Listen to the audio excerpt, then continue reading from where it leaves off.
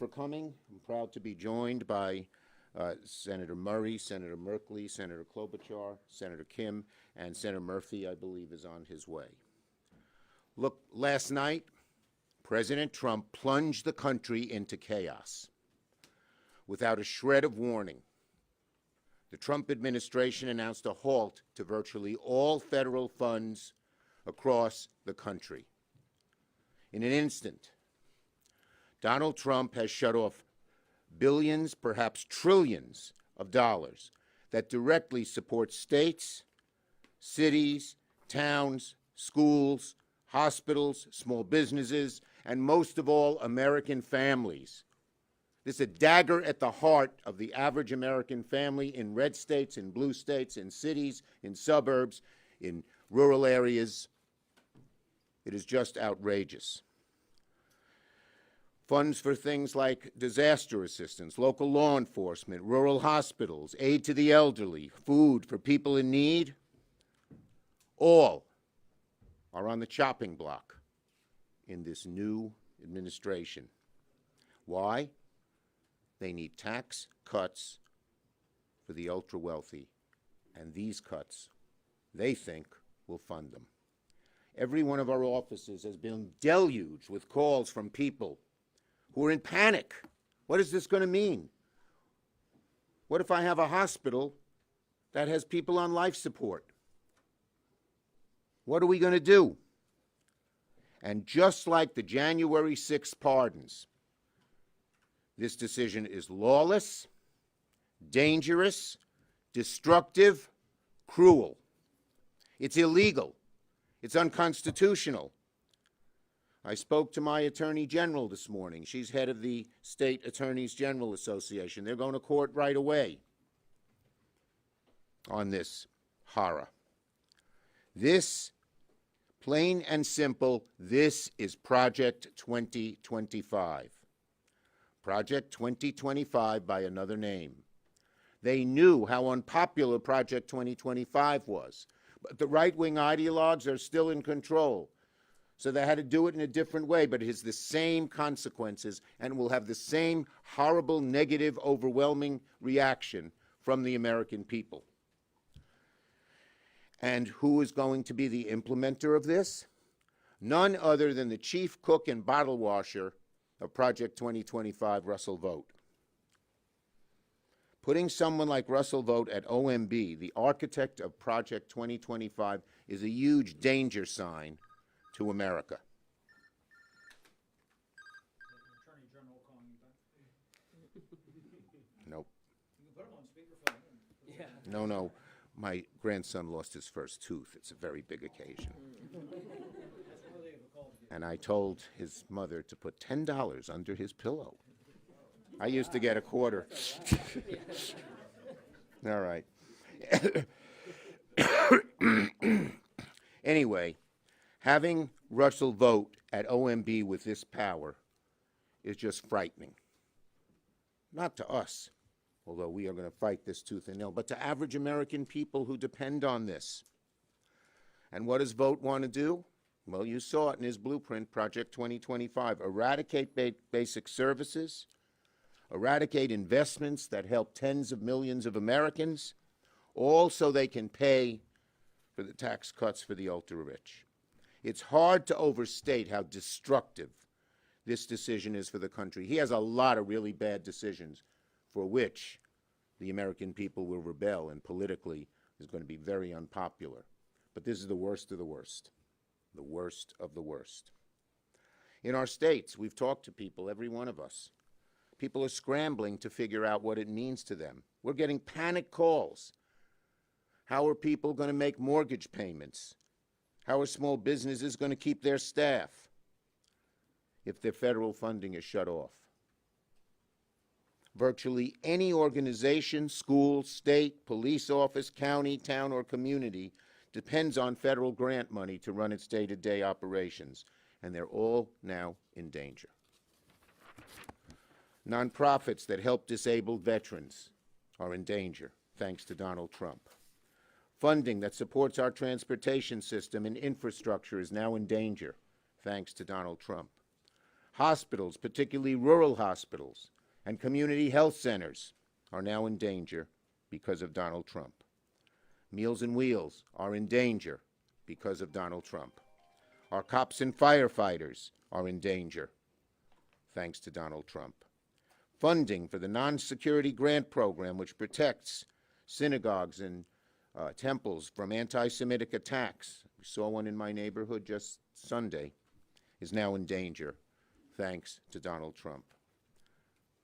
The blast radius of this terrible decision is virtually limitless, and its impact will be felt over and over again. It's not going to hit each American family in one way. It's going to hit them in multiple ways. The only people who might be immune to this are the ultra, ultra wealthy, who they want to give a tax break to.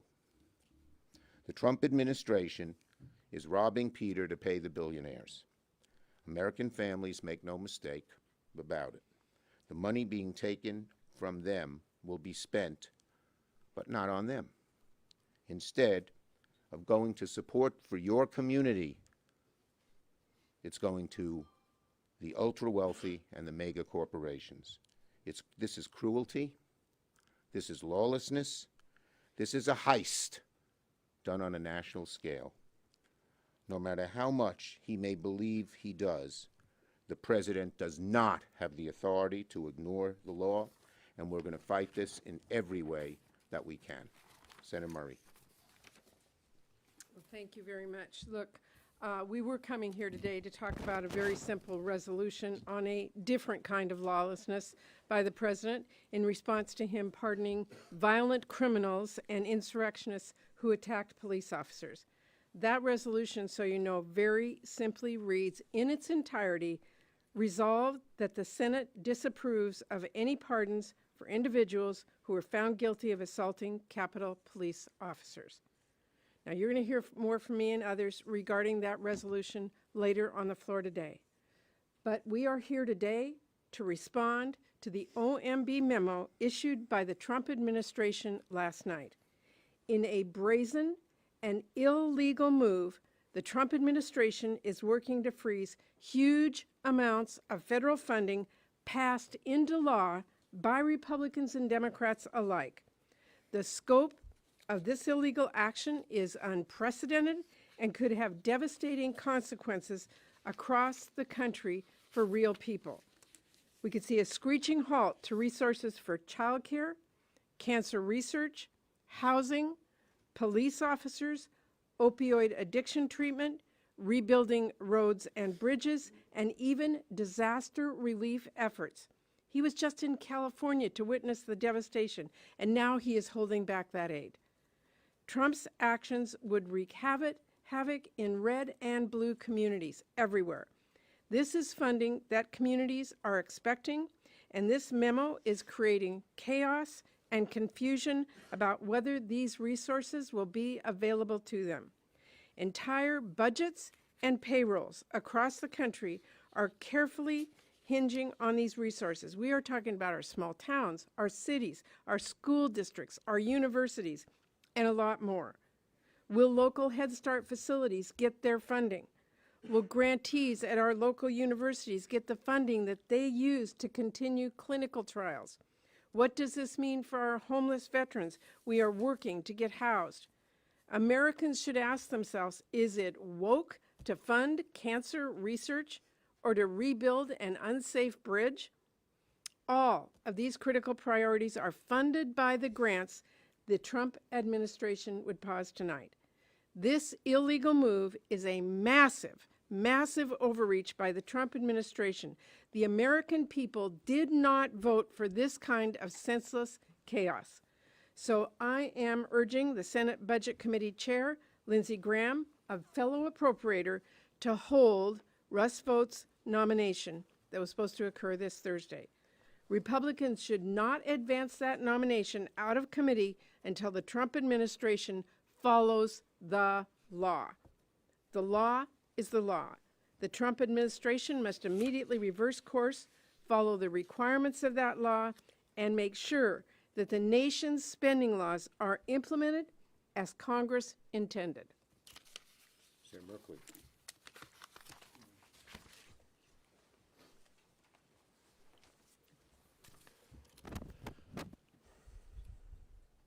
As much as Trump desires it, the president is not a king. As much as Trump desires it, a law is not a suggestion. These are not questions of opinion. These are principles at the heart of our constitutional system. It's at the heart of our checks and balances. And thus we have a constitutional crisis. Just last week, Russell Vogt came before the Budget Committee in a hearing, and the things he spoke to laid out a three-part plan for this administration. Part one, salvage the programs that families depend on to be on their feet and thrive and move into the middle class. Part two, borrow trillions and run up the deficit. Part three, give massive tax giveaways to the wealthiest Americans. What we saw last night was a huge implementation of part one, the attack on families across this country. This is the great betrayal for a candidate, Trump, who ran on supporting families, and President Trump, who's serving to attack families. Now, Russell Vogt refused to answer many questions about his plan, particularly to say he would not use the illegal impoundment strategy. Impoundment means the president treats an appropriation as a suggestion and decides whether or not to actually implement it or not. That was decided by the courts before 1974. In 1974, Congress said if you want to pursue withholding funds, you have to apply for rescission. And this was further affirmed when the Supreme Court vetoed the line item budget process. So these are not questions that are unresolved. This is why the budget Dems are going to call upon the postponement, 2-week postponement of Mr. Vogt's confirmation in committee, vote in committee, until we answer these questions and resolve this constitutional crisis. Last night, in defiance of federal law, Donald Trump made the decision to stop federal funding, which, as my colleagues have pointed out, could impact everything and will impact everything from small businesses to local law enforcement to childcare. I'm just thinking it was just a week ago that he took his oath of office. And I said that day that we have that swearing in, that inauguration in the Capitol for a reason. We don't have it over at the White House. That's because there are 3 equal branches of government under the Constitution. And the power of people that were in that rotunda came from the people who weren't in that rotunda. So as we stand here today, people should think about the mom who doesn't know if she can get her kid to childcare today. Or they should think about the teenager in a cancer study, hoping beyond hope that that's going to save his life. Or they should think about the people from Minnesota when last week on the day of that inauguration it was -6 degrees who depend on heating assistance. Those are the people that are standing up here with us today. So this memo, these 2 pieces of paper, came from a guy named Matthew Faith. Probably never heard of him. He is the acting director of the Office of Management and Budget. Well, guess what? He's not in the United States Constitution. The Congress is. And we were set up in Article 1, not Article 2, Article 1. Article 1 trumps Matthew Faith. And it is Congress's job to have the backs of the American people and look out for them. It is spelled out in the American Constitution. Maybe not in those exact words, but that is what the Founding Fathers meant. They didn't give that power to Matthew Faith. They gave it to us.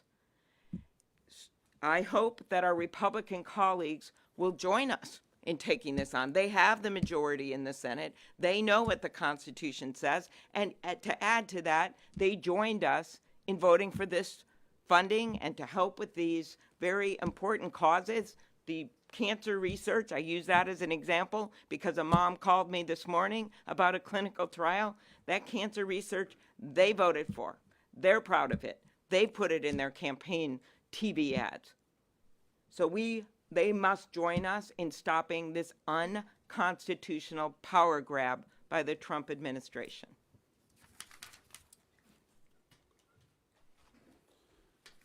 So this is an attempt by Donald Trump to seize power. That sounds like a provocative thing to say, but how else do you describe what we have watched happen over the last week? The broad immunization of political violence, the illegal firing of inspectors general there to make sure that their money, that the money of the taxpayers isn't stolen. And today, the illegal and unconstitutional decision to put the President of the United States and no one else in charge of who gets federal money and who doesn't. What President Trump is doing is seizing control of the federal budget and deciding by himself who gets money and who doesn't. For two reasons. One, he wants to bank money so that he can afford his massive tax cut for billionaires and corporations. But second, so that he can hand out money to his friends, to the companies that are run by his billionaire donors, to states that voted for him, to congressional districts with members of Congress who are loyal to him, and so that he can deny money to any organization run by Democrats, to companies that are competitors to his billionaire friends, to congressional districts represented by his political opponents. This is what a king does. This is not how a democracy works. One man does not decide how taxpayers' money is spent so that it only gets sent to the president's political friends and it gets used to punish his political enemies. The scope of the damage that will be done is enormous. To poor kids who rely on Head Start programs, to families who desperately need that cancer research done, to veterans who, if they miss one or two appointments, their life falls apart suddenly overnight. We have to understand what is happening in context, right? The president wants you to be distracted by the day-to-day announcements, but put together the pardoning of the violent rioters, the firing of the inspectors general, and today, the stoppage of federal funding, leaving the decision only to the political whims of President Trump, represents the gravest, most serious constitutional crisis of our lifetime, one that threatens to undermine the very premise of American democracy. And I'm glad to be standing here with my colleagues to raise this alarm.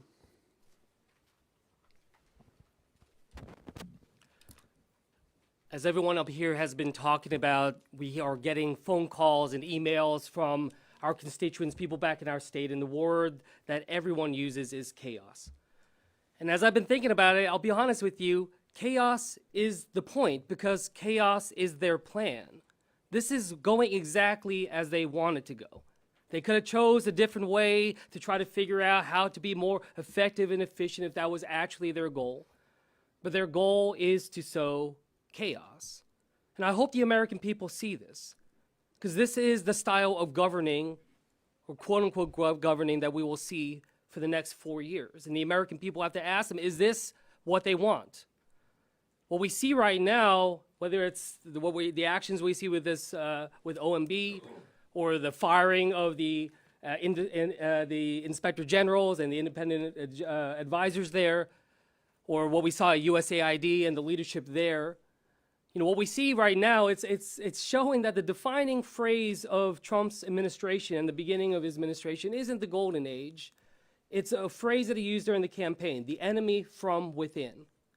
That we see him now in the presidency, in the Oval Office, waging war against the American people, trying to think about solely how it is that he can attain and consolidate that power for himself. And who is going to be the people that struggle and suffer from it? It's going to be the American people. I wanted to read you this email that I got We got this overnight. Said, good morning. We just heard that President Trump issued a memo temporarily freezing federal grants and loans effective at 5 p.m. today. This is obviously alarming to those who rely on federal funding to help people with disabilities. This is an organization that is trying to figure out how it is that they can help the Americans that need help the most, the support the most. The idea that this is going to cut off funding, put in jeopardy and throw into chaos people with disabilities, seniors, the people with health care needs is cruel. But again, that's the point. They don't care about the collateral damage. They care about their own power, and they care about themselves. Yes. A couple of you, and Senator Kim alluded to this a moment ago, could a couple of you tick through the specifics, maybe a phone call, an email you got from a hospital, a State Department of Transportation, what was said, and what the specific project or grant was that would be affected to? If I could hear a couple of examples. I can just tell you that it's still 8 o'clock on the West Coast, and their calls are flooding in. Just sheer panic that at 5 o'clock tonight, the funds that they count on, whether it's for our schools, Title I, whether it's our hospitals who are doing research, whether it is our community health centers who are providing care for people in line right now in rural communities in my state, whether they will be able to provide those services tomorrow. I have used my appropriations committee all night long, has been trying to get in touch with the agencies to fully understand the impacts of this, and they're broad and, quite frankly, very poorly written. And this is exactly what Andy's talking about. The chaos that this is creating is horrendous. No one voted to wake up this morning and wonder whether their child would get the care they need, wondered whether or not their parents would be kicked out of a nursing home, wondered whether or not the research that is so critical to keeping their child alive at NIH would continue, whether the road, in fact, one of the calls I got was about the bridge between Oregon and Washington that we have been working on for 25 years. Does that mean all that work stops tomorrow? These are the kinds of calls we are getting because that is what this memo is stopping. And I mentioned the example a little later in Minnesota, and they get up super early. But they are a mom, a kid, teenager in a cancer trial. And these trials sometimes are funded by other agencies, but a lot of the funding is NIH funding, asking what's going to happen. Is this just going to stop right in the middle? That's a very real question right now. The LIHEAP programs. And by the way, we could go through example after example, and the reason so many of us led with this unconstitutional power grab and the chaos and corruption this involves is because there are ways to do this. We made very clear we were happy to join with them to find common ground on efficiency and things we could do better and ways we can save money for taxpayers. That's not what this is. They've just decided to come in because this is what he does. Chaos. See where the chips fall where they may. Innocent people hurt. Courts have to intervene. This is no way to govern, and it's certainly no way to govern for people who are reliant on this help. Yeah. You've been in bipartisan negotiations about funding the government in the coming weeks. What does this March do 14th to deadline. those- Look, I and many of my colleagues have worked a long time to negotiate bipartisan bills. You do not pass appropriation bills in Congress in any year I've been here without bipartisan cooperation. That means you sit down at a table and you work out what we can all agree on. I don't love everything, they don't love everything, but we agree that this is what we fund, we pass it into law, we get the votes on both sides, the president signs it. Can you imagine what it's going to be like for any of us, either under this administration or the future administrations of any kind, if those agreements mean nothing? That somebody can sit back and say, sure, I'll give you that, knowing full well that their president's in power, and they will keep the funding out, not spend it out. We cannot function as a democracy in this country if we cannot respect and abide by our ability to make agreements in Congress. Congress holds the power of the purse. That is very clear in the Constitution, in the rule of law, and it is critical for us to be able to fund and make this country run in a way that's competent. Yes. Senator, the senior Trump administration official just put out guidance to the press saying that this is not a funding freeze, it's simply guidance for agencies to review if grants, loans, and programs are in compliance with the president's executive orders. Yeah, that's nice from somebody up at the top, but I'll tell you what's happening. To every single agency, school, healthcare agency that got that memo is going to say, I better be darn careful not to accidentally fund something that I'm not supposed to. So they stop everything. That is exactly what's happening. I don't care what they put out in some kind of qualifying thing. They put out the memo last night, and everybody's living by that. And they already took employment action against people in one agency that they felt were violating their rules. Yeah, that memo says this isn't a funding freeze, instead it's a funding freeze. And it says, in accordance with the president's priorities. The point here is the president doesn't get to decide what programs to fund and not fund. He gets to execute the law. The laws are written by Congress. Senator, do you, in the upcoming government funding bill, do you see any need to make clarifications to the law, whether it's spending classifications or otherwise, to make more explicit what a president can and cannot do? The law is very clear right now, as Senator Merkley described to you.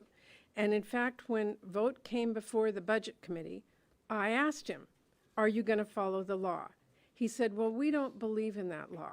And I said to him, well, okay, so there's a speed limit, 15 miles an hour, 25. And that you don't like that because it slows you down. Does that mean you don't have to follow that because you don't believe in it and you went out and told your neighbors you didn't believe in it? No, the law is the law. The rule of law is what we all rely on to be able to have a democracy and a consistency in this country. And he is wrong. And we're going to fight him, as Senator Merkley has said, and we are going to tell our Republican colleagues we expect them to follow the law as well. So then that being said, can you lay out more specifically what actions you do plan to take to try to restore funding? And specifically, Mr. Ranking Member, can you talk about the strategy to try to block Mr. Vogt's nomination, and if you plan to block any other nominees of the president in protest? We are speaking out loudly and clearly. We're having a press conference hours after we found about this. We are making sure that everyone understands what is at stake here. We are asking our Republican colleagues to join us. They too have something at stake in following the rule of law here, as I just talked about. And Senator Merkley is going to talk about the nomination vote for Vogt himself. It's so profoundly disturbing, as Senator Murray has pointed out, to have someone stand before you and say, well, I just don't agree with what the court decided about the constitutionality of impoundments, and we're going to do what we want. How do you actually go forward if you have an executive who says, we only follow the law we want, we only fund the programs we want? Well, in the Budget Committee, the Democrats are calling for the vote on Russell Vogt's nomination to be postponed until this current crisis is resolved.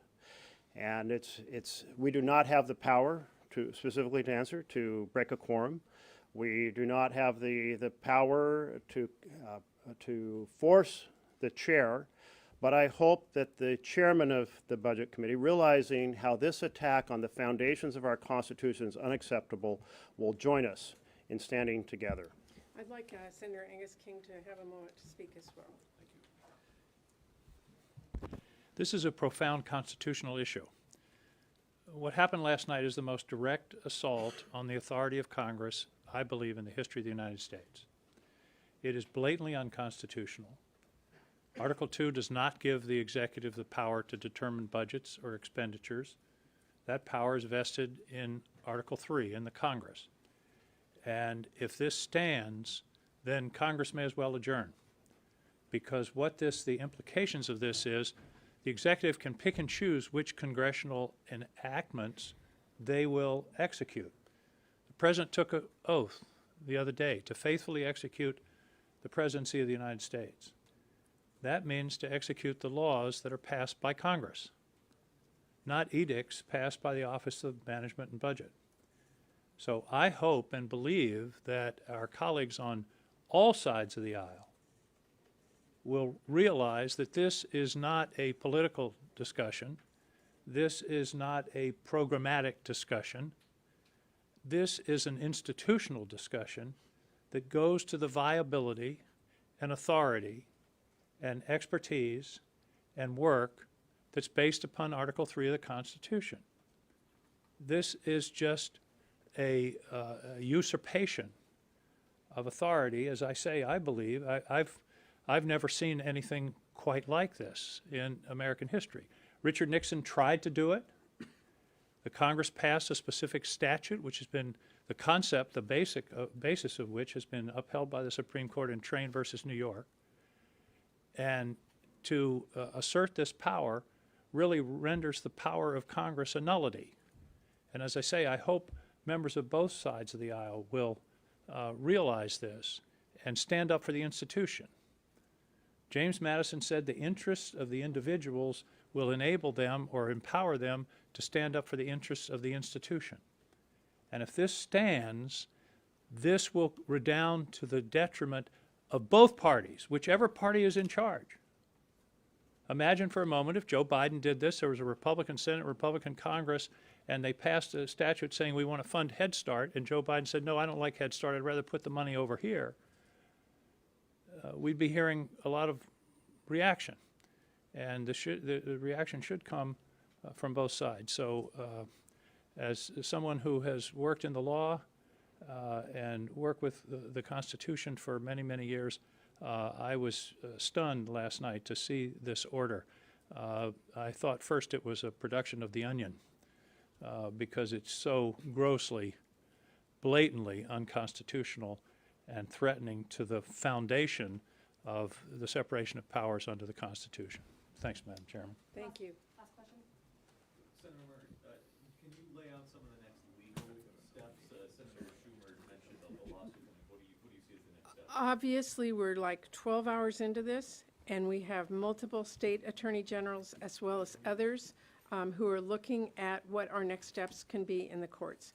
And I would say to all of the Republicans, we didn't come here to go through a bunch of court orders about current law. We came here to fight for our constituents, to make sure that they had the basic things that they needed every single day, including cancer research, roads and bridges built, their communities safe, police officers on the street that are protected, and we're going to keep fighting for them. Thanks, everybody. Thanks. Thank you.